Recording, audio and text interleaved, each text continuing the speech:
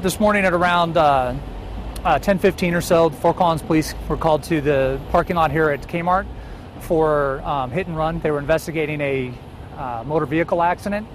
When they attempted to contact the driver of that vehicle, the driver produced a weapon, and the officers pulled back and contacted the SWAT team, Special Weapons and Tactics, to come out and begin negotiating and setting up a perimeter around the vehicle. We are currently investigating this as a felony crime, and negotiators are in contact with the female via phone and trying to talk with her and get her to come out of the vehicle safely. Had anybody hurt in that hit and run? Can you tell us about that crash? I don't believe there was any injuries in that hit and run. It was all property at that point. Why would it be a felony crime? What's crime against it? Greater than $2,000 damage. If it was intentionally, if it wasn't just an accident, if she was intentionally ramming the vehicles, and it was over $2,000. Do we have any indication that she knew this other vehicle, the person driving the other vehicle? I don't have that right now, since we're so early in the investigation. I don't know that right now, Major. I'm sorry. It almost sounds like road rage in the parking lot, maybe? No, I think it's too early to say that. We're still investigating, and we'll have a better idea of exactly what happened once we talk to all the witnesses who were here and maybe get a chance to talk to her and try to get her side of the story as well. But you are I'm sorry, I want to clarify this. That's right. You are investigating whether she intentionally rammed her car into a parked vehicle inside of that Kmart, outside of the Kmart. Correct. Okay. That's correct. And that was why police were called initially. That's correct. Thank you. What weapon is she brandishing? A handgun. On herself? I mean, we've heard some people say this woman might be suicidal. Is that? She hasn't pointed the weapon at anybody else, but she is in the car by herself and does have a weapon. Any hostages? No. Anybody else hurt the officers in responding to this? No. Has she been barricaded in her car ever since then? Yes.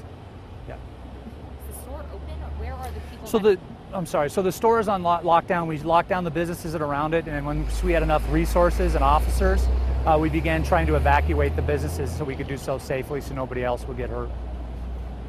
So these vehicles here, these people who were in the store or in surrounding stores, and they've been evacuated? I'm sorry, Kitty.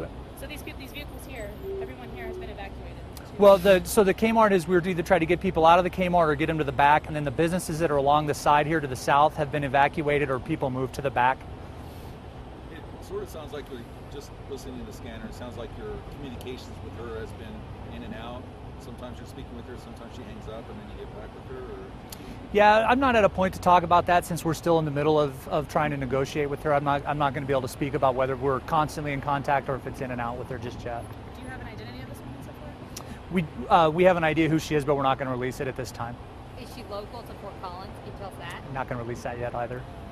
Now, when you say she, at the time that officers attempted to contact her as on suspicion of this hit and run, did she just pull a weapon on herself at the time, or did she actually aim it at officers, that handgun? I don't believe that she aimed it at an officer. The officer went up and tried to contact her, and she wouldn't get out of the vehicle. And at that point, the officer saw that she had a gun and moved back away from the vehicle. I guess the question is how do you know that it was an intentional crash with her vehicle and the other vehicle?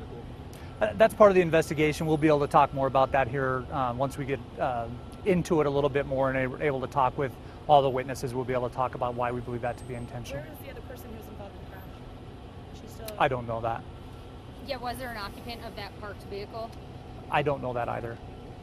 Any type of altercation or anything you know that might have instigated this, set her off, anything earlier? At this point, I don't have that information. We haven't, like I said, we're still pretty early in the investigation as far as trying to figure out exactly what set these chain of events in motion. So we'll hopefully have more of that information later in the day. What are the closures? What areas you want people to avoid? College Avenue. We've closed down College Avenue between Drake and Columbia and try to keep people out of that area of College right now. It's closed in both directions, north and southbound.